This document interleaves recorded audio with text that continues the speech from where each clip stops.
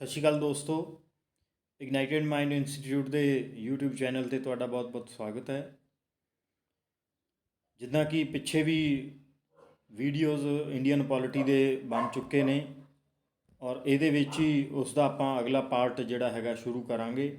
ਇਸ ਤੋਂ ਪਿੱਛੇ ਅਸੀਂ ਕਰ ਚੁੱਕੇ ਹਾਂ ਜਿਹੜੇ regulating act 1773, Pits India act 1784, charter act 1813, 1833 ਔਰ ਹੁਣ ਜਿਹੜਾ ਆਪਾਂ ਐਕਟ ਸ਼ੁਰੂ ਕਰਨਾ ਹੈ, ਆਪਾਂ ਲਾਸਟ 1853 ਵਾਲਾ ਚਾਰਟਰ ਐਕਟ ਕੀਤਾ ਸੀ, ਜਿਹਦੇ 'ਚ ਕਿ ਇੰਡੀਆ ਦੇ ਵਿੱਚ ਪਹਿਲੀ ਵਾਰ ਕਾਨੂੰਨ ਬਣਾਉਣ ਦੀ ਜਿਹੜੀ ਹੈ ਸਥਾਪਨਾ ਹੋ ਚੁੱਕੀ ਸੀਗੀ। ਗਵਰਨਰ ਜਨਰਲ ਦੇ ਨਾਲ ਜਿਹੜੇ ਹੈਗੇ ਹੈ ਇੱਕ ਵਿਧਾਨ ਪਰਿਸ਼ਦ, ਜਿਹਨੂੰ ਕਿ ਲੈਜਿਸਲੇਟਿਵ ਕਾਉਂਸਿਲ ਵੀ ਕਹਿੰਦੇ ਆ ਇੰਗਲਿਸ਼ ਦੇ ਵਿੱਚ, ਉਹਦੀ ਸਥਾਪਨਾ ਹੋ ਚੁੱਕੀ ਸੀਗੀ। 6 ਮੈਂਬਰ ਉਹਦੇ ਜਿਹੜੇ ਹੈਗੇ ਹੈ ਮਤਲਬ ਕਿ ਲਾਏ ਗਏ ਸੀਗੇ ਔਰ ਉਹ 6 ਮੈਂਬਰਾਂ ਦੀ ਸਲਾਹ ਨਾਲ ਹੀ ਕੋਈ ਵੀ ਕਾਨੂੰਨ ਹੈ ਜਿਹੜਾ ਉਹ ਗਵਰਨਰ ਜਨਰਲ ਬਣਾ ਸਕਦਾ ਸੀ।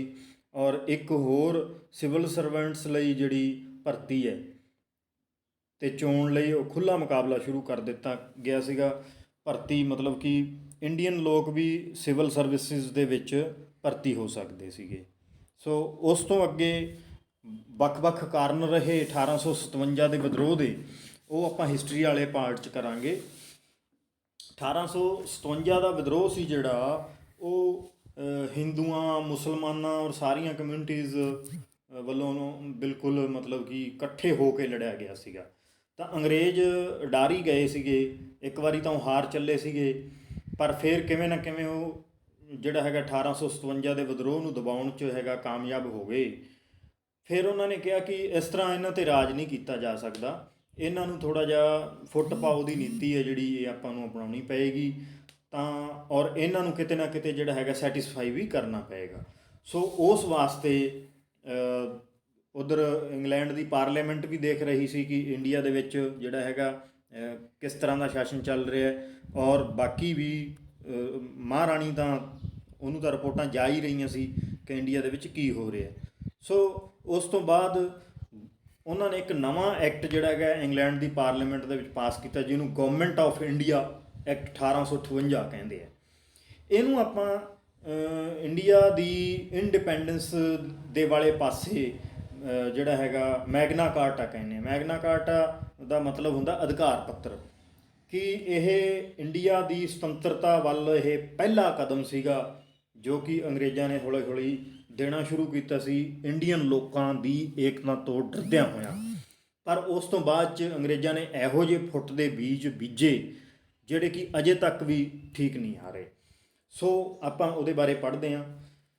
ਤਾਂ ਇਸ ਨੂੰ the better government of India ਲਈ ਜਿਹੜਾ ਇਹ ਗਵਰਨਮੈਂਟ ਆਫ ਇੰਡੀਆ ਐਕਟ ਹੈ, ਇਹਨੂੰ act for the better government of India ਵੀ ਕਿਹਾ ਜਾਂਦਾ ਹੈ, ਕਿ ਅਸੀਂ ਅੱਛਾ ਕੰਮ ਕਰਾਂਗੇ। ਔਰ ਰੂਲ ਜਿਹੜਾ ਸੀਗਾ ਉਹ ਕੰਪਨੀ ਤੋਂ ਖੋਹ ਲਿਆ ਗਿਆ, ਸਿੱਧਾ ਇੰਗਲੈਂਡ ਦੀ ਮਹਾਰਾਣੀ ਜਿਹੜੀ ਹੈਗੀ ਹੈ ਕੁਈਨ, ਉਹਦੇ ਅੰਡਰ ਕਰ ਦਿੱਤਾ ਗਿਆ। ਹੁਣ ਇਹਦੇ ਜਿਹੜੇ ਕਾਨੂੰਨ ਸੀਗੇ ਜਿਹੜੇ ਪਹਿਲਾਂ ਇੰਡੀਆ 'ਚ ਬਣਦੇ ਸੀਗੇ, ਉਹ ਸਾਰੇ ਕਾਨੂੰਨ ਇੰਗਲੈਂਡ ਦੀ ਪਾਰਲੀਮੈਂਟ 'ਚੋਂ ਬਣ ਕੇ ਆਇਆ ਕਰਨਗੇ। ਔਰ ਇਸ ਦੇ ਲਈ ਇੱਕ ਉਹਨਾਂ ਨੇ ਜਿਹੜਾ ਹੈਗਾ ਇੱਕ ਬ੍ਰਿਟਿਸ਼ ਕੈਬਨਿਟ ਦੇ ਵਿੱਚ ਇੱਕ ਸਟੇਟ ਸੈਕਟਰੀ ਵੀ ਭਰਤੀ ਕੀਤੀ, ਸਟੇਟ ਸੈਕਟਰੀ ਵੀ ਮਤਲਬ ਉਹਦਾ ਅਹੁਦਾ ਜਿਹੜਾ ਕ੍ਰੀਏਟ ਕੀਤਾ। ਜਿੱਦਾਂ ਕਿ ਆਪਣੇ ਕੈਬਨਿਟ ਮਿਨਿਸਟਰ ਹੁੰਦੇ ਨੇ USA ਅਤੇ UK ਦੇ ਵਿੱਚ, ਉਹਨਾਂ ਨੂੰ ਕੈਬਨਿਟ ਮਿਨਿਸਟਰ ਨਹੀਂ, ਉਹਨਾਂ ਨੂੰ ਸਟੇਟ ਸੈਕਟਰੀ ਬੋਲਦੇ ਨੇ। ਤਾਂ ਸਟੇਟ ਸੈਕਟਰੀ ਇੰਡੀਆ ਦੇ ਲਈ, ਜਿਹਨੂੰ ਭਾਰਤ ਸਚਿਵ ਵੀ ਕਹਿੰਦੇ ਆ, ਉਹ ਉਹਨਾਂ ਨੇ ਲਾਜ਼ਮੀ ਕਰਤਾ ਕਿ ਇੰਗਲੈਂਡ ਦੀ ਕੈਬਨਿਟ ਦੇ ਵਿੱਚ ਇੱਕ ਇਹੋ ਜਿਹਾ ਮੰਤਰੀ ਹੋਊਗਾ ਜਿਹੜੇ ਭਾਰਤ ਨਾਲ ਸੰਬੰਧਿਤ ਸਾਰੇ ਮਸਲਿਆਂ ਨੂੰ ਦੇਖੇਗਾ।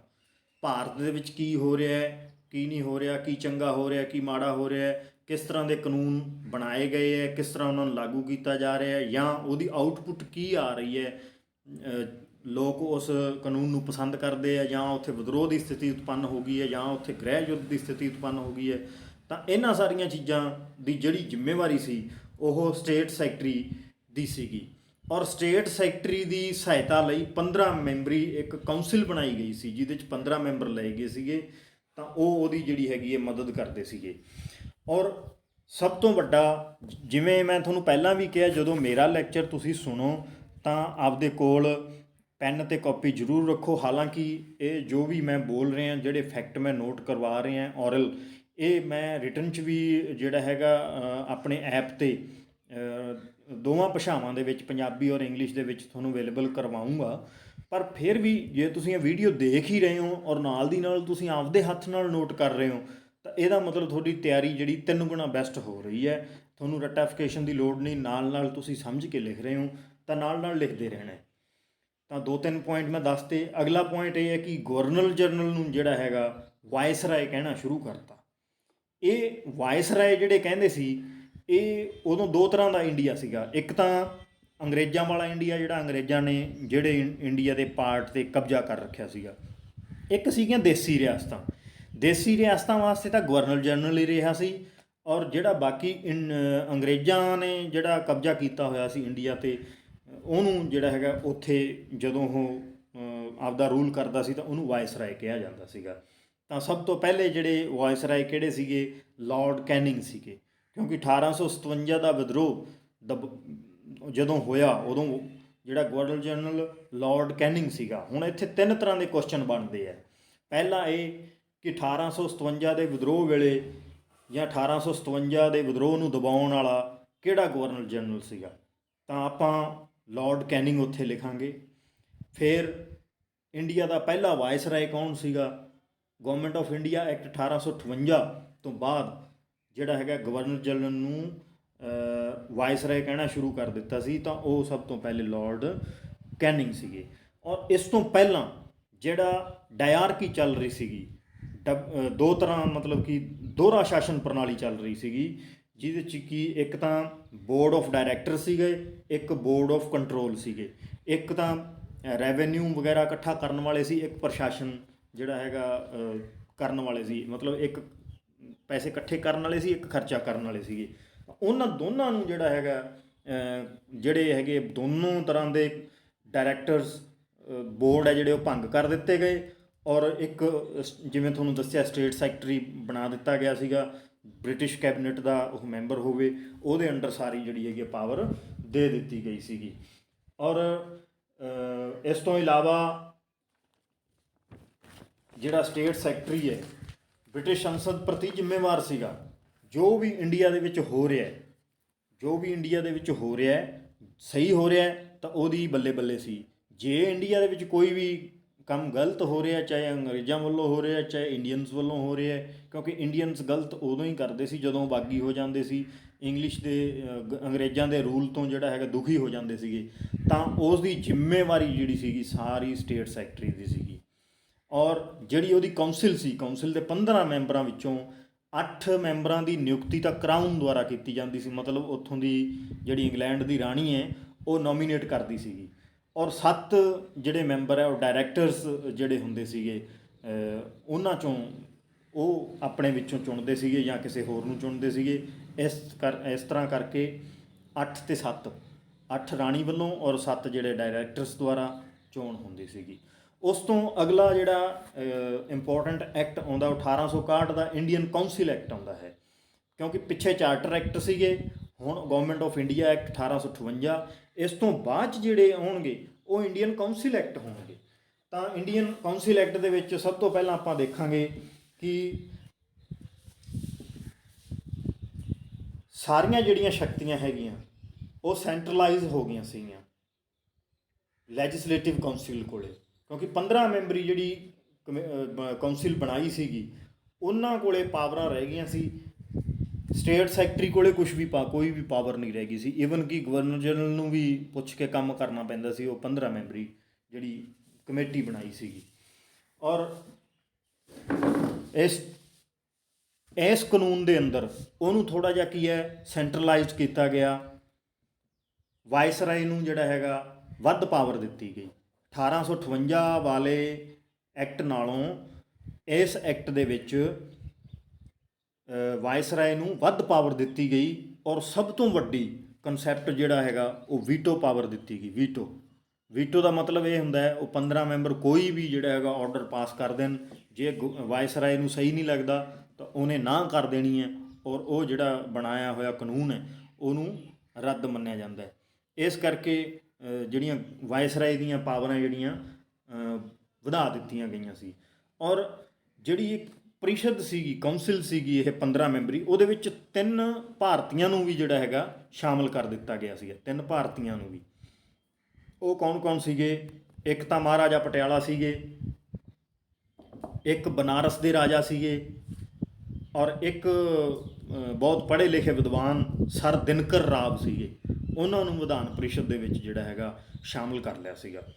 ਤਾਂ ਇਹ ਅੱਗੇ ਥੋੜ੍ਹਾ ਪ੍ਰੋਸੈਸ ਵਧਿਆ।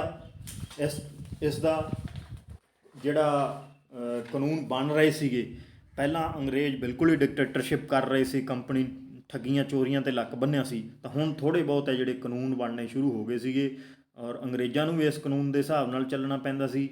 ਠੀਕ ਹੈ, ਇੰਡੀਅਨਸ ਲੋਕਾਂ ਨੂੰ ਇਹਨਾਂ ਗੱਲਾਂ ਦੀ ਸਮਝ ਨਹੀਂ ਸੀ, ਪਰ ਫਿਰ ਵੀ ਕਿਤੇ ਨਾ ਕਿਤੇ ਜਦੋਂ ਇੰਡੀਅਨਸ ਪੜ੍ਹ ਲਿਖ ਜਾਂਦੇ ਤਾਂ ਉਦੋਂ ਬਾਅਦ 'ਚ ਆਪਾਂ ਇੰਡੀਅਨ ਨੈਸ਼ਨਲ ਮੂਵਮੈਂਟ ਦੇਖਾਂਗੇ। ਜਿਹੜਾ ਨਰਮ ਧੜਾ ਜਿਹੜਾ ਹੈਗਾ ਉਹ ਇਹਨਾਂ ਕਾਨੂੰਨਾਂ ਨੂੰ ਚੰਗੀ ਤਰ੍ਹਾਂ ਪੜ੍ਹਦਾ, ਫਿਰ ਇਹਨਾਂ ਕਾਨੂੰਨਾਂ ਦੀਆਂ ਕਮੀਆਂ ਦੇਖਦਾ, ਔਰ ਫਿਰ ਇਹਨਾਂ ਕਾਨੂੰਨਾਂ ਦੀਆਂ ਕਮੀਆਂ ਦੇ ਵਿੱਚ ਸੁਧਾਰ ਲਿਆਉਣ ਲਈ ਉਹ ਬੇਨਤੀਆਂ, ਮੰਗ ਪੱਤਰ ਇਸ ਤਰ੍ਹਾਂ ਦੇ ਜਿਹੜੇ ਹੱਥਕੰਡੇ ਅਪਣਾਉਂਦੇ ਸੀ। ਔਰ ਗਰਮ ਦਲ ਤਾਂ ਸਿੱਧੇ ਤੁਹਾਨੂੰ ਪਤਾ ਉਹ ਤਾਂ ਆਪਦੀਆਂ ਸਰਗਰਮੀਆਂ ਵੱਖਰੀਆਂ ਹੀ ਕਰਦੇ ਸੀਗੇ। ਸੋ ਅੱਗੇ ਆਪਾਂ ਦੇਖਦੇ ਹਾਂ ਇੰਡੀਅਨ ਕੌਂਸਲ ਐਕਟ 1892। ਇਹ ਇੰਡੀਅਨ ਕੌਂਸਲ ਐਕਟ 1892 ਜਿਹੜਾ ਹੈਗਾ ਉਸ ਵਕਤ ਕੀ ਸੀਗਾ? ਇੱਕ ਤਾਂ ਇੰਡੀਅਨ ਨੈਸ਼ਨਲ ਕਾਂਗਰਸ ਦੀ ਸਥਾਪਨਾ ਹੋ ਚੁੱਕੀ ਸੀ 1885 ਦੇ ਵਿੱਚ। Sir A.O. ਹਿਊਮ ਨੇ ਕੀਤੀ ਸੀ, A.O. ਹਿਊਮ ਨੇ। ਠੀਕ, ਇਹ ਤੁਸੀਂ ਨੋਟ ਕਰ ਲੈਣਾ। ਔਰ ਪਹਿਲਾਂ ਤਾਂ ਇਹ ਸੇਫਟੀ ਵਾਲਵ ਦੇ ਰੂਪ ਵਿੱਚ ਲਾਰਡ ਡਫਰਿਨ ਜਿਹੜਾ ਹੈਗਾ ਉਹ ਕਹਿੰਦਾ ਵੀ ਇਹ ਸੇਫਟੀ ਵਾਲਵ ਹੈ ਕਿ ਲੋਕ ਜਦੋਂ ਇਕੱਠੇ ਹੁੰਦੇ ਹੈ ਉਹਨਾਂ ਦਾ ਜਿਹੜਾ ਰੋਸ ਵੱਧ ਜਾਂਦਾ ਹੈ ਤਾਂ ਉਹ ਬਗਾਵਤ ਕਰਦੇ ਹੈ। ਕਿਉਂ ਨਾ ਹੌਲੀ ਹੌਲੀ ਉਹਨਾਂ ਦੀਆਂ ਮੰਗਾਂ, ਜਿਹੜੀਆਂ ਛੋਟੀਆਂ ਛੋਟੀਆਂ ਮੰਗਾਂ ਹੈਗੀਆਂ, ਉਹਨਾਂ ਨੂੰ ਮੰਨ ਕੇ ਅਤੇ ਉਹਨਾਂ ਨੂੰ ਜਿਹੜਾ ਹੈਗਾ ਸ਼ਾਂਤ ਰੱਖ ਲਿਆ ਜਾਵੇ। ਜਿਵੇਂ ਕੋਈ ਇਸ ਤਰ੍ਹਾਂ ਦੀ ਡਿਮਾਂਡ ਹੈ ਜਿਹੜੀ ਸਰਕਾਰ ਨੂੰ ਮਤਲਬ ਕਿ ਛੇਤੀ ਬਿਨਾਂ ਪੈਸਿਆਂ ਤੋਂ ਮੰਨੀ ਜਾ ਸਕਦੀ ਹੈ, ਜਾਂ ਇਸ ਤਰ੍ਹਾਂ ਦੀ ਡਿਮਾਂਡ ਹੈਗੀ ਹੈ ਜਿਹਦੇ 'ਤੇ ਸਰਕਾਰ ਦਾ ਕੋਈ ਜ਼ੋਰ ਨਹੀਂ ਲੱਗਦਾ, ਕੋਈ ਪ੍ਰਭਾਵ ਨਹੀਂ ਪੈਂਦਾ, ਸਰਕਾਰ ਯੈਸ ਕਰ ਦਿੰਦੀ ਹੈ ਹਾਂਜੀ ਤੁਹਾਡੀ ਮੰਗ ਮੰਨੀ ਗਈ, ਤਾਂ ਉਹ ਜਿਹੜਾ ਹੈਗਾ ਸ਼ਾਂਤ ਹੋ ਜਾਂਦੇ ਨੇ ਜਿਹੜੇ ਸੰਘਰਸ਼ ਕਰਨ ਵਾਲੇ ਲੋਕ ਹੈ। ਤਾਂ ਇਹ ਜਿਹੜੀ INC ਬਣੀ ਸੀ, ਇੰਡੀਅਨ ਨੈਸ਼ਨਲ ਕਾਂਗਰਸ, ਇਹ ਇਹੀ ਕੰਮ ਕਰਦੀ ਸੀਗੀ। ਲੋਕਾਂ ਵੱਲੋਂ ਕੀ ਮੁਸ਼ਕਲਾਂ ਸੀਗੀਆਂ ਉਹ ਸਰਕਾਰ ਦੇ ਅੱਗੇ ਰੱਖਦੇ ਸੀ। ਸਰਕਾਰ ਉਹਨਾਂ ਦੀਆਂ ਕੁਛ ਹੱਦ ਤੱਕ ਕੁਛ ਨਾ ਕੁਛ ਮੰਗਾਂ ਮੰਨ ਲੈਂਦੀ ਸੀ ਔਰ ਇਹ ਸੈਟਿਸਫਾਈ ਹੋ ਜਾਂਦੇ ਸੀ। ਪਰ ਜਿਹੜੇ ਗਰਮ ਦਲੀਏ ਸੀਗੇ, ਲਾਲ ਬਾਲ ਤੇ ਪਾਲ ਤੇ ਉਹਨਾਂ ਦੇ ਨਾਲ ਵਾਲੇ ਹੋਰ, ਉਹ ਕਹਿੰਦੇ ਸੀ ਮਤਲਬ ਇਹਨਾਂ ਛੋਟੀਆਂ ਮੋਟੀਆਂ ਮੰਗਾਂ ਨਾਲ ਅਸੀਂ ਸੈਟਿਸਫਾਈ ਨਹੀਂ ਹੋਣਾ, ਸਾਨੂੰ ਤਾਂ ਸਵਰਾਜ ਚਾਹੀਦਾ ਹੈ, ਸਾਨੂੰ ਆਜ਼ਾਦੀ ਚਾਹੀਦੀ ਹੈ, ਪੂਰਨ ਆਜ਼ਾਦੀ ਚਾਹੀਦੀ ਹੈ। ਉਹ ਇਹ ਗੱਲਾਂ ਕਰਦੇ ਸੀਗੇ। ਸੋ ਇੰਡੀਅਨ ਨੈਸ਼ਨਲ ਕਾਂਗਰਸ ਦੀ ਸਥਾਪਨਾ ਤੋਂ ਬਾਅਦ ਜਿਹੜੇ ਉਦਾਰਵਾਦੀ ਹੈ ਉਹਨਾਂ ਨੇ ਜਿਹੜੀ ਇਹ ਪ੍ਰੀਸ਼ਦ ਸੀਗੀ 15 ਮੈਂਬਰੀ, ਉਹਦੇ 'ਚ ਭਾਰਤੀਆਂ ਦੀਆਂ ਸੀਟਾਂ ਵਧਾਉਣ ਲਈ ਬੇਨਤੀ ਕੀਤੀ ਸੀਗੀ।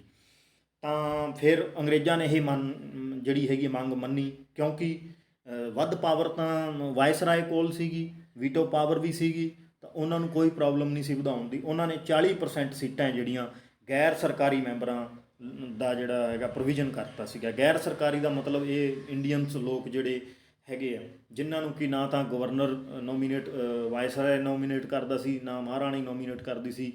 ਇੱਦੋਂ ਬਿਨਾਂ ਜਿਹੜੇ ਮੈਂਬਰ ਉਹਦੇ ਬਣਦੇ ਸੀਗੇ ਉਹ ਗੈਰ ਸਰਕਾਰੀ ਮੈਂਬਰ ਉਹਨਾਂ ਨੂੰ ਜਿਹੜਾ ਹੈਗਾ ਆਖਿਆ ਜਾਂਦਾ ਸੀਗਾ।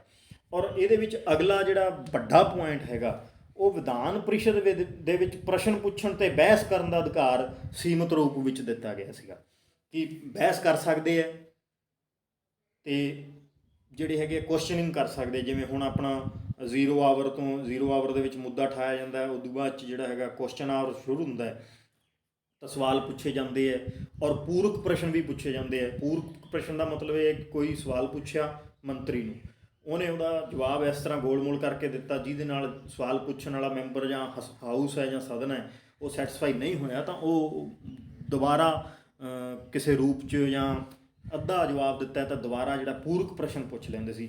ਉਹ ਪੂਰਕ ਪ੍ਰਸ਼ਨ ਪੁੱਛਣ ਦਾ ਅਧਿਕਾਰ ਨਹੀਂ ਸੀ। ਕਹਿਣ ਦਾ ਮਤਲਬ ਕਿ ਥੋੜ੍ਹਾ ਬਹੁਤ ਡੈਮੋਕਰੇਸੀ ਦੀਆਂ ਮਾੜੀ ਮੋਟੀਆਂ ਨਿਸ਼ਾਨੀਆਂ ਜੀਆਂ ਆਉਣ ਲੱਗ ਗਈਆਂ ਸੀਗੀਆਂ। ਇਸ ਤਰ੍ਹਾਂ ਕਰਕੇ ਜਿਹੜਾ ਹੈਗਾ ਕੌਨਸਟੀਟਿਊਸ਼ਨਲ ਡਿਵੈਲਪਮੈਂਟ ਜਿਹੜੀ ਹੈਗੀ ਹੈ ਹੋਈ ਸੀਗੀ।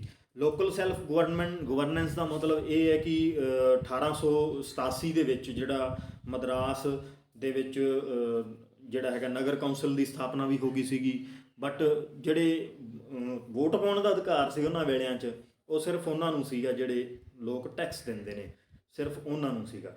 ਤਾਂ ਥੋੜ੍ਹਾ ਬਹੁਤ ਆਪਾਂ ਕਹਿ ਸਕਦੇ ਹਾਂ ਕਿ ਜਿਹੜੀ ਹੈਗੀ ਅੰਗਰੇਜ਼ ਸਰਕਾਰ ਹੈ ਲਿਬਰਲ ਹੋਈ, ਜਾਂ ਕਹਿ ਲਓ ਵੀ ਇੰਡੀਅਨਸ ਤੋਂ 1857 ਵਾਲੇ ਵਿਦਰੋਹ ਤੋਂ ਡਰ ਗਈ, ਜਾਂ ਐਂ ਕਹਿ ਲਓ ਕਿ ਲੋਕ ਅਵੇਅਰ ਹੋ ਗਏ ਔਰ ਸਰਕਾਰ ਨੂੰ ਸਵਾਲ ਕਰਨ ਲੱਗ ਗਏ। ਉਦਾਰਵਾਦੀ ਪੜ੍ਹੇ ਲਿਖੇ ਜ਼ਿਆਦਾ ਸੀਗੇ, ਸਰਕਾਰ ਨੂੰ ਜਦੋਂ ਸਰਕਾਰ ਨੂੰ ਕੋਈ ਵੀ ਸਵਾਲ ਪੁੱਛਦਾ, ਹੁਣ ਵੀ ਕਿਸਾਨ ਵੀ ਘੇਰ ਘੇਰ ਕੇ ਸਵਾਲ ਪੁੱਛਦੇ, ਸਰਕਾਰ ਪੂਰੀ ਜ਼ਿੰਮੇਵਾਰ ਹੋਈ ਹੈ, ਇੱਥੋਂ ਤੱਕ ਕਿ ਮੁੱਖ ਮੰਤਰੀ ਤੱਕ ਬਦਲੇ ਗਏ ਹੈ। ਸੋ ਇਹ ਥੋੜ੍ਹੀ ਬਹੁਤ ਜਿਹੜੀ ਹੈਗੀ ਹੈ ਸੁਤੰਤਰਤਾ ਵਾਲੇ ਪਾਸੇ ਗੱਲ ਵਧੀ। ਔਰ ਉਸ ਤੋਂ ਬਾਅਦ 'ਚ ਇੱਕ ਖਤਰਨਾਕ ਜਿਹੜਾ ਹੈਗਾ ਐਕਟ ਆਇਆ, ਇੰਡੀਅਨ ਕਾਊਂਸਿਲ ਐਕਟ 1909, ਜਿਹਨੂੰ ਮਾਰਲੇ-ਮਿੰਟੋ ਰਿਫਾਰਮ ਵੀ ਕਿਹਾ ਜਾਂਦਾ ਹੈ। ਮਾਰਲੇ-ਮਿੰਟੋ ਉਦੋਂ ਮਤਲਬ ਕਿ ਇਹਨਾਂ 'ਚੋਂ ਇੱਕ ਤਾਂ ਜਿਹੜਾ ਹੈਗਾ ਵਾਇਸਰਾਏ ਹੁੰਦਾ ਸੀ, ਔਰ ਦੂਜਾ ਜਿਹੜਾ ਹੈਗਾ ਭਾਰਤ ਸਚਿਵ ਕੈਬਨਿਟ, ਜਿਹੜਾ ਹੈਗਾ ਇੰਗਲੈਂਡ ਦੀ ਕੈਬਨਿਟ ਦਾ ਮੰਤਰੀ, ਜਿਹੜਾ ਇੰਡੀਆ ਦੇ ਮਾਮਲੇ ਦੇਖਦਾ ਸੀਗਾ। ਹੁਣ ਮਾਰਲੇ ਇਹਨਾਂ 'ਚੋਂ ਸੀਗਾ ਜਿਹੜਾ ਇੰਗਲੈਂਡ ਦੀ ਕੈਬਨਿਟ ਦਾ ਮੈਂਬਰ ਸੀਗਾ, ਉਹ ਮਿਸਟਰ ਮਾਰਲੇ ਸੀਗਾ, ਔਰ ਇੱਥੋਂ ਦਾ ਵਾਇਸਰਾਏ ਜਾਂ ਗਵਰਨਰ ਜਨਰਲ ਸੀਗਾ ਉਹ ਲਾਰਡ ਮਿੰਟੋ ਸੀਗਾ।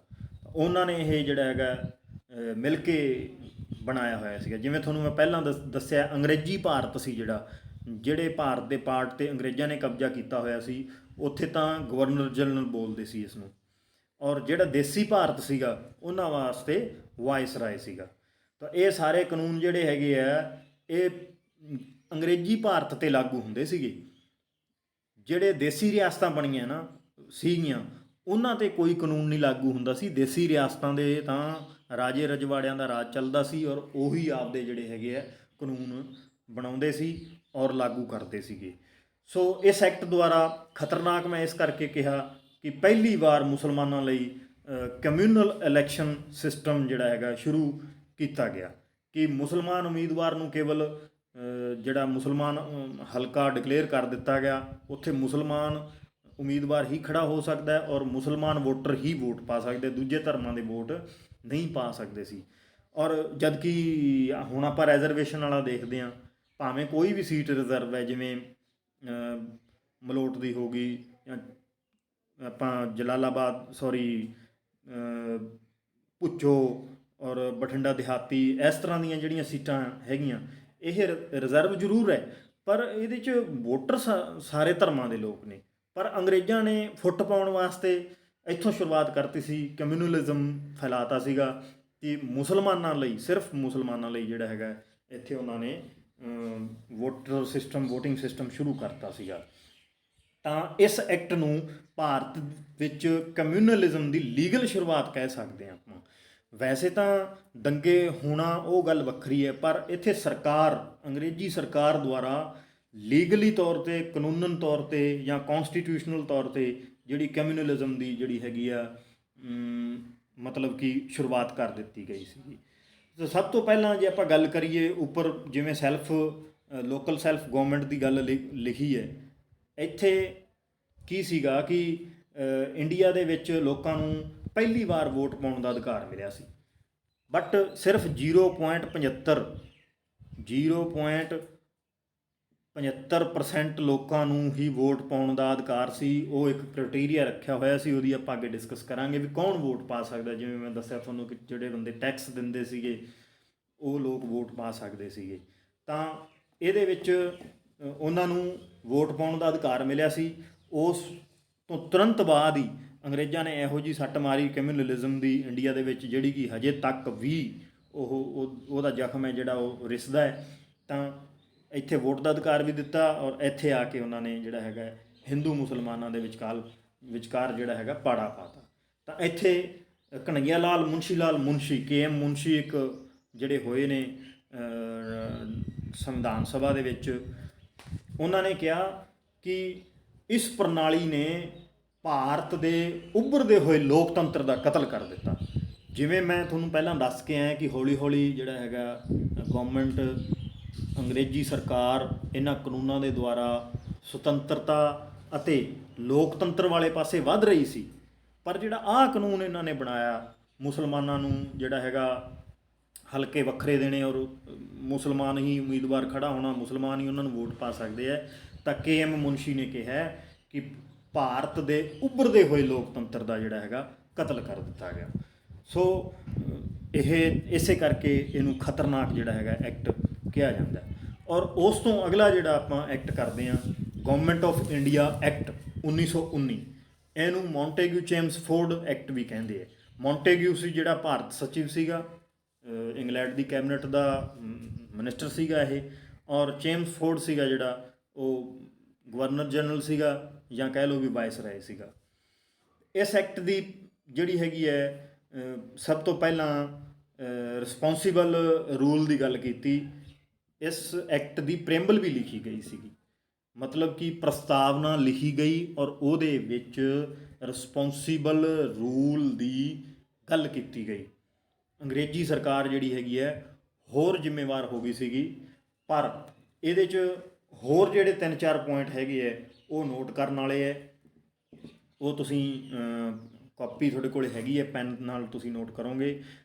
ਪਹਿਲੀ ਵਾਰ ਕੇਂਦਰੀ ਪੱਧਰ 'ਤੇ ਬਾਈ ਕੈਮਰਲ ਸਿਸਟਮ ਹੋਇਆ ਕਿ 2 ਸਦਨ ਬਣਾ ਦਿੱਤੇ ਗਏ, 2 ਸਦਨੀ ਜਿਹੜੀ ਹੈਗੀ ਵਿਧਾਨ ਪਾਲਿਕਾ ਬਣਾ ਦਿੱਤੀ ਗਈ। ਉਸ ਤੋਂ ਪਹਿਲਾ ਪੁਆਇੰਟ ਇਹ ਕਿ 2 ਸਦਨੀ ਬਣਾ ਦਿੱਤੀ ਗਈ, 2 ਸਦਨ। ਦੂਜਾ, ਔਰਤਾਂ ਨੂੰ ਵੋਟ ਦਾ ਅਧਿਕਾਰ ਦਿੱਤਾ ਗਿਆ, ਔਰਤਾਂ ਨੂੰ ਵੋਟ ਦਾ ਅਧਿਕਾਰ ਦਿੱਤਾ ਗਿਆ। ਔਰ ਉਸ ਤੋਂ ਅਗਲਾ, ਕੇਂਦਰ ਤੇ ਰਾਜਾਂ ਵਿਚਕਾਰ ਵਿਸ਼ਿਆਂ ਦੀ ਵੰਡ ਕਰ ਦਿੱਤੀ ਗਈ। ਵਿਸ਼ਿਆਂ ਦੀ ਵੰਡ ਮਤਲਬ ਜਿਵੇਂ ਹੁਣ 3 ਤਰ੍ਹਾਂ ਦੀਆਂ ਸੂਚੀਆਂ ਹੈਗੀਆਂ, 3 ਤਰ੍ਹਾਂ ਦੀਆਂ ਸੂਚੀਆਂ, ਸੰਘ ਸੂਚੀ, ਰਾਜ ਸੂਚੀ ਅਤੇ ਸਮਵਰਤੀ ਸੂਚੀ। ਇਹਦੇ 'ਚ ਪ੍ਰੋਵੀਜ਼ਨ ਕੀਤਾ ਗਿਆ ਸੀਗਾ ਕਿ ਵਿਸ਼ਿਆਂ ਦੀ ਵੰਡ ਕਰ ਦਿੱਤੀ ਗਈ ਸੀ। ਕਿੰਨੇ ਵਿਸ਼ੇ ਸੀਗੇ ਉਹ ਆਪਾਂ ਅੱਗੇ ਕਰਾਂਗੇ, ਫਿਲਹਾਲ ਮੈਂ ਜਨਰਲ ਇੰਟਰੋਡਕਸ਼ਨ ਦੇ ਰਿਹਾ। ਔਰ ਗਵਰਨਰ ਨੂੰ ਜੋ ਵਿਸ਼ੇ ਸੌਂਪੇ ਗਏ ਸੀਗੇ, ਗਵਰਨਰ ਨੇ ਉਹਨਾਂ ਨੂੰ 2 ਭਾਗਾਂ ਵਿੱਚ ਵੰਡਤਾ ਸੀਗਾ। ਇਸੇ ਨੂੰ ਹੀ ਦੋਹਰਾ ਸ਼ਾਸਨ ਕਹਿੰਦੇ ਆ। ਇੱਕ ਤਾਂ ਹੋ ਗਏ ਰਾਖਵੇਂ ਵਿਸ਼ੇ, ਦੂਜੇ ਹੋ ਗਏ ਹਸਤਾਂਤਰਿਤ, ਮਤਲਬ ਕਿ ਡੈਲੀਗੇਟਡ, ਅਗਾਂਹ ਸੌਂਪੇ ਗਏ ਵਿਸ਼ੇ। ਤਾਂ ਉਹਨਾਂ ਦੀ ਵੀ ਆਪਾਂ ਗੱਲ ਅੱਗੇ ਕਰਾਂਗੇ। ਹੋਰ ਜਿਹੜਾ ਸਭ ਤੋਂ ਵੱਡਾ ਪੁਆਇੰਟ ਇੱਥੇ ਹੈਗਾ ਉਹ ਆਪਾਂ ਇਹ ਨੋਟ ਕਰਾਂਗੇ, ਪਹਿਲੀ ਵਾਰ ਪਬਲਿਕ ਸਰਵਿਸ ਕਮਿਸ਼ਨ ਦੀ ਜਿਹੜੀ ਹੈਗੀ ਹੈ ਸਥਾਪਨਾ ਕੀਤੀ ਗਈ। ਕਿਉਂਕਿ 1923 ਦੇ ਵਿੱਚ ਇੱਕ ਲੀ ਕਮਿਸ਼ਨ ਬਿਠਾਇਆ ਸੀ। ਲੀ ਕਮਿਸ਼ਨ ਨੇ ਇਹ ਸਿਫਾਰਿਸ਼ ਕੀਤੀ ਸੀ ਕਿ ਇੱਕ ਸੈਂਟਰਲ ਪਬਲਿਕ ਸਰਵਿਸ ਕਮਿਸ਼ਨ ਦੀ ਸਥਾਪਨਾ ਕੀਤੀ ਜਾਵੇ। ਉਹਦੇ ਥਰੂ ਪੂਰੇ ਇੰਡੀਆ ਦੇ ਵਿੱਚ ਜਿਹੜੇ ਆਫੀਸਰ ਹੈਗੇ ਹੈ ਭਰਤੀ ਕੀਤੇ ਜਾਣ। ਤਾਂ 1923 'ਚ ਇਹ ਬਣੀ ਸੀਗੀ ਔਰ 1926 'ਚ ਜਿਹੜਾ ਹੈਗਾ ਉਹਨਾਂ ਦੀ ਸਿਫਾਰਿਸ਼ ਨੂੰ ਮੰਨਦਿਆਂ ਹੋਇਆਂ ਇਹ ਕਮਿਸ਼ਨ ਸਥਾਪਿਤ ਕਰ ਦਿੱਤਾ ਗਿਆ। ਹੁਣ ਤੁਸੀਂ ਇੰਡੀਆ ਵਾਲੇ ਪਾਸੇ ਦੇਖ ਲਓ, ਕਦੋਂ ਦੀਆਂ ਕੋਈ ਕਮੇਟੀਆਂ ਬਣੀਆਂ, ਕਦੋਂ ਦੇ ਕਮਿਸ਼ਨ ਬਣੇ ਹੈ, ਕਈ ਸਾਲ ਉਹ ਰਿਪੋਰਟਾਂ ਨਹੀਂ ਦਿੰਦੇ। ਜੇ ਉਹ ਰਿਪੋਰਟਾਂ ਦੇ ਵੀ ਦੇਣ ਤਾਂ ਉਹਦਾ ਕੋਈ ਉਹਦੇ 'ਤੇ ਅਮਲ ਨਹੀਂ ਹੁੰਦਾ। ਫਾਰ ਐਗਜ਼ਾਮਪਲ ਜੇ ਆਪਾਂ ਸਰਕਾਰੀਆ ਕਮਿਸ਼ਨ ਦੀ ਗੱਲ ਕਰੀਏ, ਸੈਂਟਰ ਸਟੇਟ ਰਿਲੇਸ਼ਨਸ਼ਿਪ 'ਤੇ ਉਹਨਾਂ ਨੇ ਜਿਹੜੀ ਹੈਗੀ ਰਿਪੋਰਟ ਬਣਾ ਕੇ ਦਿੱਤੀ ਸੀਗੀ। ਬਹੁਤ ਸਿਫਾਰਿਸ਼ਾਂ, ਸੈਂਕੜੇ ਸਿਫਾਰਿਸ਼ਾਂ ਸੀਗੀਆਂ, ਉਹਨਾਂ 'ਚੋਂ ਕੁਛ ਵੀ ਨਹੀਂ ਮੰਨੀਆਂ ਗਈਆਂ। ਜੇ ਆਪਾਂ ਖੇਤੀ 'ਤੇ ਗੱਲ ਕਰੀਏ, ਕਿਉਂਕਿ ਇੰਡੀਆ ਹੈ ਜਿਹੜਾ ਖੇਤੀ ਪ੍ਰਧਾਨ ਦੇਸ਼ ਹੈ, ਡਾਕਟਰ ਸਵਾਮੀਨਾਥਨ ਨੇ ਰਿਪੋਰਟ ਬਣਾ ਕੇ ਦਿੱਤੀ ਸੀ। 2004 'ਚ ਕਮੇਟੀ ਬੈਠੀ, ਉਹਨੇ ਬੜੀ ਹਿੰਮਤ ਨਾਲ 2 ਸਾਲਾਂ ਦੇ ਵਿੱਚ ਬਹੁਤ ਜਿਹੜੇ ਰਿਸਰਚ ਕਰਕੇ 2006 'ਚ ਜਿਹੜੀ ਰਿਪੋਰਟ ਬਣਾ ਕੇ ਤਿਆਰ ਕਰਤੀ ਸੀ ਔਰ ਉਹ ਅਜੇ ਤੱਕ ਵੀ ਨਹੀਂ ਲਾਗੂ ਹੋਈ। ਉਹਦਾ ਵੀ ਸੁਪਰੀਮ ਕੋਰਟ 'ਚ ਕੇਸ ਚੱਲਦਾ ਪਿਆ ਔਰ ਸੁਪਰੀਮ ਕੋਰਟ ਵੀ ਉਹਦੀ ਸੁਣਵਾਈ ਨਹੀਂ ਕਰ ਰਹੀ। ਸੋ ਅੰਗਰੇਜ਼ਾਂ ਦਾ ਇਸ ਤਰ੍ਹਾਂ ਕੰਮ ਨਹੀਂ ਸੀਗਾ। ਉਹਨਾਂ ਨੇ ਤਾਂ ਜਿਹੜਾ ਕਮਿਸ਼ਨ ਬਿਠਾਤਾ, ਜਿਹੜੀ ਰਿਪੋਰਟ ਆ ਗਈ ਉਹਦੇ 'ਤੇ ਅਮਲ ਕਰਨਾ ਸੀਗਾ। ਥੋੜ੍ਹੀ ਬਹੁਤ ਚੇਂਜ ਹੋ ਸਕਦੀ ਸੀ ਔਰ ਇਹ ਕੰਮ ਤੁਰੰਤ ਹੋ ਜਾਂਦੇ ਸੀਗੇ। ਔਰ ਉਹਨਾਂ ਨੇ 1 ਅਕਤੂਬਰ 1926 ਨੂੰ 1 ਅਕਤੂਬਰ 1926 ਨੂੰ ਜਿਹੜਾ ਹੈਗਾ ਸੈਂਟਰਲ ਪਬਲਿਕ ਸਰਵਿਸ ਕਮਿਸ਼ਨ ਬਣਾਤਾ। ਔਰ ਸਰ ਰੌਸ ROSS ਬਾਰਕਰ, ਸਰ ਰੌਸ ਬਾਰਕਰ ਨੂੰ ਇਹਦਾ ਜਿਹੜਾ ਹੈਗਾ ਚੇਅਰਮੈਨ ਲਾ ਦਿੱਤਾ। ਹੁਣ ਦੇਖੋ ਇੰਡੀਆ ਦੇ ਵਿੱਚ ਪੰਜਾਬ ਦੀ ਗੱਲ ਕਰੀਏ ਤਾਂ ਪਿਛਲੇ 3-4 ਮਹੀਨਿਆਂ ਤੋਂ ਪੰਜਾਬ ਪਬਲਿਕ ਸਰਵਿਸ ਕਮਿਸ਼ਨ ਦਾ ਜਿਹੜਾ ਚੇਅਰਮੈਨ ਦੀ ਪੋਸਟ ਖਾਲੀ ਪਈ ਹੈ, ਸਰਕਾਰ ਨੇ ਅਜੇ ਤੱਕ ਨਹੀਂ ਲਾਇਆ। ਇਸ ਤਰ੍ਹਾਂ ਦੀਆਂ ਸਰਕਾਰਾਂ ਨੇ ਆਪਣੇ ਦੇਸ਼ ਦੇ ਵਿੱਚ। ਸੋ ਕੀ ਕਿਹਾ ਜਾ ਸਕਦਾ ਕਿ ਅੰਗਰੇਜ਼ਾਂ ਦੀ ਸਰਕਾਰ ਚੰਗੀ ਸੀ ਕਿ ਭਾਰਤ ਦੀ ਸਰਕਾਰ ਚੰਗੀ ਸੀ, ਚੰਗੀ ਹੈਗੀ ਹੈ ਕਿ ਪੰਜਾਬ ਦੀ ਸਰਕਾਰ ਚੰਗੀ ਹੈ?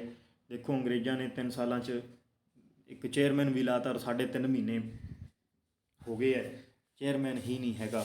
ਹਾਲਾਂਕਿ ਅਫਸਰਾਂ ਦੀ ਕਮੀ ਨਹੀਂ, ਪਰ ਸਰਕਾਰਾਂ ਚਾਹੁੰਦੀਆਂ ਨਹੀਂ ਕੰਮ ਕਰਨਾ, ਔਰ ਜਿੰਨਾ ਚਿਰ ਪੜ੍ਹ ਲਿਖ ਕੇ ਪੜ੍ਹਿਆ ਲਿਖਿਆ ਵਰਗ ਆਵਾਜ਼ ਨਹੀਂ ਉਠਾਉਂਦਾ, ਉਨੀ ਦੇਰ ਸਰਕਾਰ ਵੀ ਸੁੱਤੀ ਰਹਿਣੀ ਔਰ ਲੋਕ ਵੀ ਸੁੱਤੇ ਰਹਿਣੇ ਹੈ। ਔਰ ਮੈਂ ਇਸ ਐਕਟ ਨੂੰ ਪਿਛਲੇ 1909 ਵਾਲੇ ਐਕਟ ਨਾਲੋਂ ਵੀ ਖਤਰਨਾਕ ਮੰਨਦਾ, ਕਿਉਂਕਿ ਪਿਛਲੇ ਐਕਟ ਦੇ ਵਿੱਚ ਸਿਰਫ ਮੁਸਲਮਾਨ ਜਿਹੜੇ ਹੈਗੇ ਧਰਮ ਦੇ ਆਧਾਰ 'ਤੇ ਉਹਨਾਂ ਨੂੰ ਹਲਕੇ ਦਿੱਤੇ ਗਏ, ਉਹੀ ਮਤਲਬ ਕਿ ਉਹਨਾਂ ਨੂੰ ਕਮਿਊਨਲ ਬੇਸ 'ਤੇ ਜਿਹੜਾ ਹੈਗਾ ਵੋਟਿੰਗ ਸਿਸਟਮ ਸ਼ੁਰੂ ਕੀਤਾ ਗਿਆ। ਇਸ ਐਕਟ ਦੇ ਤਹਿਤ ਉਹਦਾ ਵਿਸਥਾਰ ਕਰ ਦਿੱਤਾ ਗਿਆ। ਇਹਦੇ ਵਿੱਚ ਯੂਰਪੀਅਨਸ, ਭਾਰਤੀ ਈਸਾਈ, ਐਂਗਲੋ ਇੰਡੀਅਨਸ ਅਤੇ ਸਿੱਖਾਂ ਲਈ ਵੀ ਜਿਹੜਾ ਹੈਗਾ ਲਾਗੂ ਕਰ ਦਿੱਤਾ ਗਿਆ ਸੀਗਾ। ਹੁਣ ਯੂਰਪੀਅਨਸ ਤਾਂ ਉਹ ਸੀਗੇ ਜਿਹੜੇ ਯੂਰਪ ਦੇ ਦੇਸ਼ਾਂ ਤੋਂ ਆ ਕੇ ਇੱਥੇ ਵਸੇ ਹੋਏ ਸੀਗੇ। ਐਂਗਲੋ ਇੰਡੀਅਨ ਉਹ ਹੁੰਦੇ ਜਿਨ੍ਹਾਂ ਦਾ ਦਾਦਾ ਜਾਂ ਪਿਤਾ ਯੂਰਪੀਅਨ ਹੋਵੇ ਅਤੇ ਮਾਂ ਭਾਰਤੀ ਹੋਵੇ। ਇਹ ਆਰਟੀਕਲ 366 ਦੇ ਵਿੱਚ ਇਹਦੀ ਡੈਫੀਨੇਸ਼ਨ ਲਿਖੀ ਹੋਈ ਹੈ ਕਿ ਐਂਗਲੋ ਇੰਡੀਅਨ ਲੋਕ ਕੌਣ ਹੁੰਦੇ ਹੈ। ਯੂਰਪੀ ਤਾਂ ਉਹੀ ਹੋ ਗਏ ਕਿ ਜਿਹੜੇ ਉੱਥੋਂ ਹੀ ਆਏ ਹੋਏ ਆ, ਮਾਤਾ ਪਿਤਾ ਵੀ ਉਹਨਾਂ ਦੇ ਯੂਰਪ ਦੇ ਆ, ਉਹ ਵੀ ਯੂਰਪ ਦੇ, ਉਹ ਇੱਥੇ ਆ ਕੇ ਵਸ ਗਏ, ਉਹਨਾਂ ਨੂੰ ਯੂਰਪੀਅਨ ਕਹਿੰਦੇ ਆ। ਉਹਨਾਂ ਵਾਸਤੇ ਵੱਖਰੇ ਜਿਹੜੇ ਹੈਗੇ ਆ ਵੋਟਿੰਗ ਸਿਸਟਮ ਸ਼ੁਰੂ ਕਰ ਦਿੱਤਾ ਗਿਆ। ਔਰ ਐਂਗਲੋ ਇੰਡੀਅਨ ਉਹ ਲੋਕ ਜਿਨ੍ਹਾਂ ਦਾ ਦਾਦਾ ਜਾਂ ਪਿਤਾ ਯੂਰਪੀ ਹੋਵੇ ਅਤੇ ਮਾਂ ਭਾਰਤੀ ਹੋਵੇ, ਉਹਨਾਂ ਲੋਕਾਂ ਨੂੰ ਵੱਖਰਾ ਜਿਹੜਾ ਹੈਗਾ ਰਿਪਰਜ਼ੈਂਟੇਸ਼ਨ ਦਿੱਤੀ ਗਈ। ਔਰ ਜਿਹੜੇ ਸਿੱਖਾਂ ਨੂੰ ਵੀ ਜਿਹੜੀ ਹੈਗੀ ਵੱਖਰੇ ਤੌਰ 'ਤੇ ਰਿਪਰਜ਼ੈਂਟੇਸ਼ਨ ਦਿੱਤੀ ਗਈ। ਇਸ ਤਰ੍ਹਾਂ ਉਹ ਜਿਹੜਾ ਹੈਗਾ ਆਪਦੇ ਕਮਿਊਨਲਿਜ਼ਮ ਫੈਲਾਉਣ ਦੇ ਵਿੱਚ ਕਾਮਯਾਬ ਹੋ ਗਏ। ਔਰ ਦੇਸੀ ਰਿਆਸਤਾਂ ਦੇ ਜਿਹੜੇ ਰਾਜੇ ਸੀਗੇ, ਉਹਨਾਂ ਦੀਆਂ ਜੇ ਕੋਈ ਸਮੱਸਿਆਵਾਂ ਸੀਗੀਆਂ ਤਾਂ ਉਹਨਾਂ ਨੂੰ ਹੱਲ ਕਰਨ ਵਾਸਤੇ ਇਹਨਾਂ ਨੇ ਚੈਂਬਰ ਆਫ ਪ੍ਰਿੰਸਿਸ ਬਣਾਤਾ ਸੀਗਾ, ਨਰਿੰਦਰ ਮੰਡਲ। ਉਹਨੂੰ ਹਿੰਦੀ 'ਚ ਪੰਜਾਬੀ 'ਚ ਨਰਿੰਦਰ ਮੰਡਲ ਕਹਿੰਦੇ ਹੈ, ਔਰ ਚੈਂਬਰ ਆਫ ਪ੍ਰਿੰਸਿਸ ਇਹ ਇੰਗਲਿਸ਼ 'ਚ ਕਹਿੰਦੇ ਹੈ। ਔਰ ਇਹਦਾ ਜਿਹੜਾ ਮਤਲਬ ਕਿ ਮੁਖੀਆ ਲਾਇਆ ਸੀ ਇਹ ਮਹਾਰਾਜਾ ਗੰਗਾ ਸਿੰਘ ਸੀਗੇ, ਜਿਹੜੇ ਬੀਕਾਨੇਰ ਰਿਆਸਤ ਦੇ ਮਹਾਰਾਜਾ ਗੰਗਾ ਸਿੰਘ, ਉਹਨਾਂ ਨੂੰ ਇਹਦਾ ਚੇਅਰਮੈਨ ਬਣਾਇਆ ਗਿਆ ਸੀ। ਔਰ ਨਾਲ ਇਹ ਲਿਖਿਆ ਗਿਆ ਸੀ ਕਿ 10 ਸਾਲਾਂ ਬਾਅਦ ਇਸ ਕਾਨੂੰਨ ਦਾ ਰਿਵਿਊ ਕੀਤਾ ਜਾਊਗਾ। ਰਿਵਿਊ ਮਤਲਬ ਇਹਨੂੰ ਦੇਖਿਆ ਜਾਊਗਾ, ਇਹਦੀਆਂ ਕਮੀਆਂ ਜਿਹੜੀਆਂ ਦੂਰ ਕੀਤੀਆਂ ਜਾਣਗੀਆਂ, ਔਰ ਨਵੀਆਂ ਜਿਹੜੀਆਂ ਹੈਗੀਆਂ ਇਹਦੇ 'ਚ ਕੁਛ ਨਾ ਕੁਛ ਧਾਰਾਵਾਂ ਜੋੜ ਦਿੱਤੀਆਂ ਜਾਣਗੀਆਂ।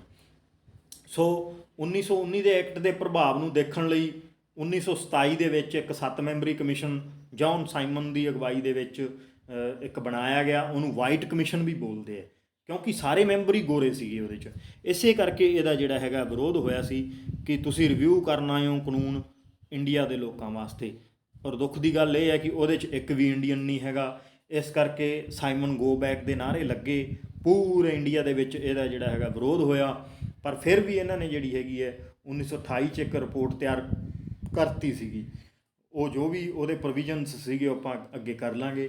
ਸੋ ਇਸ ਕਮਿਸ਼ਨ ਵਿੱਚ ਇੱਕ ਵੀ ਭਾਰਤੀ ਨਾ ਹੋਣ ਕਰਕੇ ਭਾਰਤੀਆਂ ਨੇ ਇਸ ਦਾ ਵਿਰੋਧ ਕੀਤਾ, ਕਿਉਂਕਿ ਅੰਗਰੇਜ਼ਾਂ ਨੇ ਇੱਕ ਭਾਰਤੀਆਂ ਨੂੰ ਤਾਨਾ ਮਾਰਿਆ ਸੀਗਾ ਕਿ ਕਾਨੂੰਨ ਨਿਰਮਾਣ ਸੰਬੰਧੀ ਗਿਆਨ ਭਾਰਤੀਆਂ ਕੋਲ ਨਹੀਂ ਹੈ।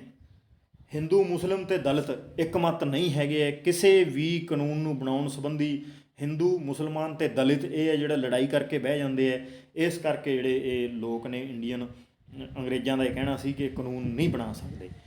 ਤਾਂ ਉਹਨਾਂ ਦਾ ਇੱਕ ਜਿਹੜਾ ਮਿਹਣਾ ਸੀ ਜਾਂ ਤਾਨਾ ਸੀਗਾ, ਉਹਨੂੰ ਮੋਤੀ ਲਾਲ ਨਹਿਰੂ ਨੇ ਇਸ ਚੈਲੰਜ ਨੂੰ ਸਵੀਕਾਰ ਕੀਤਾ ਔਰ ਇੱਕ ਕਮੇਟੀ ਬਣਾਈ। ਨਹਿਰੂ ਮਤਲਬ ਕਿ ਉਹਨਾਂ ਨੇ 1-2 ਬੰਦੇ ਹੋਰ ਨਾਲ ਲਏ ਔਰ ਇੱਕ ਨਹਿਰੂ ਰਿਪੋਰਟ ਦੇ ਨਾਂ ਤੋਂ 1928 ਦੇ ਵਿੱਚ ਹੀ ਜਿਹੜਾ ਹੈਗਾ ਸੰਵਿਧਾਨ ਨਿਰਮਾਣ ਦੀ ਦਿਸ਼ਾ ਦੇ ਵਿੱਚ ਪਹਿਲਾ ਕਦਮ, ਜਿਹੜਾ ਪਹਿਲੀ ਕੋਸ਼ਿਸ਼ ਹੈ, ਨਹਿਰੂ ਰਿਪੋਰਟ ਪੇਸ਼ ਕੀਤੀ।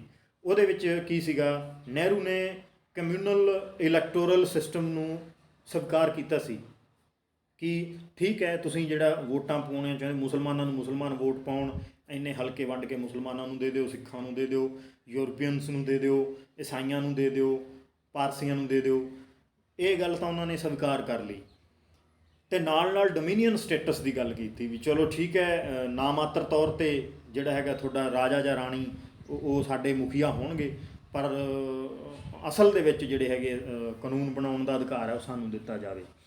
ਤਾਂ ਇਹ ਜਿਹੜਾ ਹੈਗਾ 1929 ਵਿੱਚ ਪੰਡਿਤ ਜਵਾਹਰ ਲਾਲ ਨਹਿਰੂ ਦੀ ਪ੍ਰਧਾਨਗੀ 'ਚ ਇੰਡੀਅਨ ਨੈਸ਼ਨਲ ਕਾਂਗਰਸ ਦਾ ਸੈਸ਼ਨ ਹੈ ਜਿਹੜਾ ਉਹ ਲਾਹੌਰ ਹੋਇਆ ਸੀਗਾ। ਉਹਦੇ ਵਿੱਚ ਦੋ ਮਤੇ ਜਿਹੜੇ ਪਾਏ ਗਏ, ਕਿਉਂਕਿ ਜਿਹੜੀ ਨਹਿਰੂ ਰਿਪੋਰਟ ਸੀਗੀ ਉਹ ਬਹੁਤ ਵਧੀਆ ਉਹਨਾਂ ਨੇ ਤਿਆਰ ਕੀਤੀ ਸੀ। ਇੱਕ ਦੋ ਇਹ ਜਿਹੜੀਆਂ ਮੈਂ ਤੁਹਾਨੂੰ ਦੱਸਿਆ ਵੀ ਕਮਿਊਨਲ ਇਲੈਕਟੋਰਲ ਸਿਸਟਮ ਨੂੰ ਸਵੀਕਾਰ ਕਰਨਾ ਅਤੇ ਡੋਮੀਨੀਅਨ ਸਟੇਟਸ ਨੂੰ ਮੰਨਣਾ, ਇਹ ਸਹੀ ਨਹੀਂ ਮੈਨੂੰ ਲੱਗਿਆ, ਕਿਸੇ ਨੂੰ ਵੀ ਨਹੀਂ ਲੱਗਿਆ। ਤਾਂ 1929 ਦਾ ਜਿਹੜਾ INC ਦਾ ਸੈਸ਼ਨ ਸੀ ਉਹਦੇ 'ਚ ਇੱਕ ਪੂਰਨ ਸਵਰਾਜ ਦਾ ਮਤਾ ਪਾਇਆ ਗਿਆ ਔਰ ਇੱਕ 26 ਜਨਵਰੀ ਨੂੰ ਹਰੇਕ ਸਾਲ ਸੁਤੰਤਰਤਾ ਦਿਵਸ ਦੇ ਰੂਪ ਵਿੱਚ ਮਨਾਉਣ ਦਾ ਫੈਸਲਾ ਕੀਤਾ ਗਿਆ, ਕਿਉਂਕਿ 26 ਜਨਵਰੀ 1930 ਨੂੰ ਪਹਿਲੀ ਵਾਰ ਰਾਤ ਨੂੰ 12 ਵਜੇ ਤਿਰੰਗਾ ਝੰਡਾ ਲਾਹੌਰ ਦੇ ਨਾਲ ਦੀ ਜੋ ਰਾਵੀ ਨਦੀ ਲੰਘਦੀ ਹੈ ਉਹਦੇ 'ਤੇ ਜਿਹੜਾ ਹੈਗਾ ਤਿਰੰਗਾ ਝੰਡਾ ਲਹਿਰਾ ਕੇ ਸੁਤੰਤਰਤਾ ਦਿਵਸ ਮਨਾਇਆ ਗਿਆ ਸੀਗਾ। ਸੋ ਆਪਾਂ ਕੀਤਾ 1858 ਤੋਂ ਲੈ ਕੇ 1919 ਤੱਕ ਦੇ ਐਕਟ ਦਾ ਜੋ ਆਪਾਂ ਹੈਗਾ ਸਟੱਡੀ ਕੀਤੀ ਹੈ, ਐਨਾਲਿਸਿਸ ਕੀਤਾ ਹੈ। ਇਸ ਤੋਂ ਬਾਅਦ 'ਚ ਥੋੜ੍ਹਾ ਜਿਹਾ ਰਾਊਂਡ ਟੇਬਲ ਕਾਨਫਰੰਸਿਸ ਹੋਈਆਂ ਔਰ ਗਵਰਨਮੈਂਟ ਆਫ ਇੰਡੀਆ ਐਕਟ, ਜਿਹੜਾ ਕਿ ਆਪਾਂ ਮੰਨਦੇ ਹਾਂ ਕਿ ਹੁਣ ਵਾਲਾ ਸੰਵਿਧਾਨ ਹੂ ਬਹੂ ਉਹਦੀ ਮਤਲਬ ਕਿ ਉੱਥੋਂ ਆਪਾਂ ਉਧਾਰ ਲਿਆ 1935 ਵਾਲੇ ਐਕਟ ਤੋਂ, ਉਹ ਪੜ੍ਹਾਂਗੇ। ਇਹ ਸੀਰੀਅਲ ਵਾਈਜ਼ ਸੀਕੁਐਂਸ ਵਾਈਜ਼ ਆਪਾਂ ਪੜ੍ਹ ਰਹੇ ਹਾਂ ਤਾਂ ਜੋ ਇਹ ਜਿਹੜਾ ਕਿਵੇਂ ਕਿਵੇਂ ਵਿਕਾਸ ਹੋਇਆ ਇਹਨੂੰ ਆਪਾਂ ਮਤਲਬ ਕਿ ਸਮਝ ਸਕੀਏ। ਜੇ ਕਿਸੇ ਨੂੰ ਕੋਈ ਪ੍ਰੋਬਲਮ ਆਉਂਦੀ ਹੈ ਤਾਂ ਕਮੈਂਟ ਦੇ ਰੂਪ ਵਿੱਚ ਉਹ ਪੁੱਛ ਸਕਦਾ ਹੈ, ਕਮੈਂਟ, ਔਰ ਇਹਨੂੰ ਲਾਈਕ ਕਰੋ, ਸ਼ੇਅਰ ਕਰੋ, ਕਮੈਂਟ ਵੀ ਕਰੋ। ਜੇ ਤੁਹਾਨੂੰ ਚੰਗਾ ਲੱਗਿਆ ਤਾਂ ਚੰਗਾ ਕਮੈਂਟ ਕਰ ਦਿਓ, ਜੇ ਕੋਈ ਕਮੀ ਲੱਗਦੀ ਹੈ ਤਾਂ ਕਮੀ ਜ਼ਰੂਰ ਤੁਸੀਂ ਲਿਖ ਦਿਓ ਤਾਂ ਜੋ ਹੋਰ ਸੁਧਾਰ ਲਿਆਂਦਾ ਜਾ ਸਕੇ ਔਰ ਤੁਹਾਡੇ ਲਈ ਜਿਹੜੀ ਕੁਆਲਿਟੀ ਹੈ ਉਹ ਹੋਰ ਵਧੀਆ ਬਣਾ ਕੇ ਪੇਸ਼ ਕੀਤੀ ਜਾ ਸਕੇ। ਔਰ ਇੱਕ ਦੋਸਤੋ, ਇਗਨਾਈਟਿਡ ਮਾਈਂਡ ਇੰਸਟੀਟਿਊਟ ਤੋਂ ਜਿਹੜਾ ਹੈਗਾ, ਇਸ ਨਾਮ ਤੋਂ ਜਿਹੜਾ ਹੈਗਾ ਤੁਸੀਂ ਪਲੇ ਸਟੋਰ ਤੋਂ ਇਸ ਐਪ ਨੂੰ ਡਾਊਨਲੋਡ ਕਰ ਸਕਦੇ ਹੋ। ਔਰ ਜਿਨ੍ਹਾਂ ਕੋਲੇ ਆਈਫੋਨ ਹੈਗੇ ਹੈ ਉਹ ਕਲਾਸ ਪਲੱਸ ਦੇ ਥਰੂ ਜਿਹੜਾ ਹੈਗਾ ਇਹਨੂੰ ਡਾਊਨਲੋਡ ਕਰ ਸਕਦੇ ਹੈ। ਔਰ ਇੱਕ ਇਸ ਦਾ YouTube ਚੈਨਲ ਤੁਹਾਡੇ ਸਾਹਮਣੇ ਹੀ ਹੈ, ਇਹਨੂੰ ਤੁਸੀਂ ਸ਼ੇਅਰ ਕਰਨਾ ਹੈ। ਔਰ ਇਹਦੀ ਜਿਹੜੀ ਡਿਸਕ੍ਰਿਪਸ਼ਨ ਹੈਗੀ ਹੈ ਉਹਦੇ ਵਿੱਚ ਮੈਂ ਮੋਬਾਈਲ ਨੰਬਰ ਸਾਡੇ ਔਰ ਇਹਦਾ ਜਿਹੜਾ ਇੰਸਟਾਗ੍ਰਾਮ ID ਹੈ ਉਹ ਮੈਂ ਸ਼ੇਅਰ ਕਰ ਦੇਣਾ ਤੁਹਾਡੇ ਨਾਲ। ਉਹ ਵੀ ਤੁਸੀਂ ਵੱਧ ਤੋਂ ਵੱਧ ਅੱਗੇ ਲਾਈਕ ਕਰਨਾ, ਸ਼ੇਅਰ ਕਰਨਾ ਹੈ। ਸੋ ਜਿੰਨੇ ਵੀ ਵਿਊਵਰਸ ਵਧਣਗੇ ਸਾਨੂੰ ਇਸ ਚੀਜ਼ ਦਾ ਹੌਸਲਾ ਮਿਲੂਗਾ ਔਰ ਅਸੀਂ ਹੋਰ ਸ਼ਿੱਦਤ ਨਾਲ, ਮਿਹਨਤ ਨਾਲ ਇਹ ਜਿਹੜਾ ਮੈਟਰ ਹੈ ਤੁਹਾਡੇ ਨਾਲ ਸਾਂਝਾ ਕਰਦਾ ਰਹਾਂਗੇ। ਸੋ ਇਹਨਾਂ ਸ਼ਬਦਾਂ ਨਾਲ ਤੁਹਾਡਾ ਬਹੁਤ ਬਹੁਤ ਧੰਨਵਾਦ।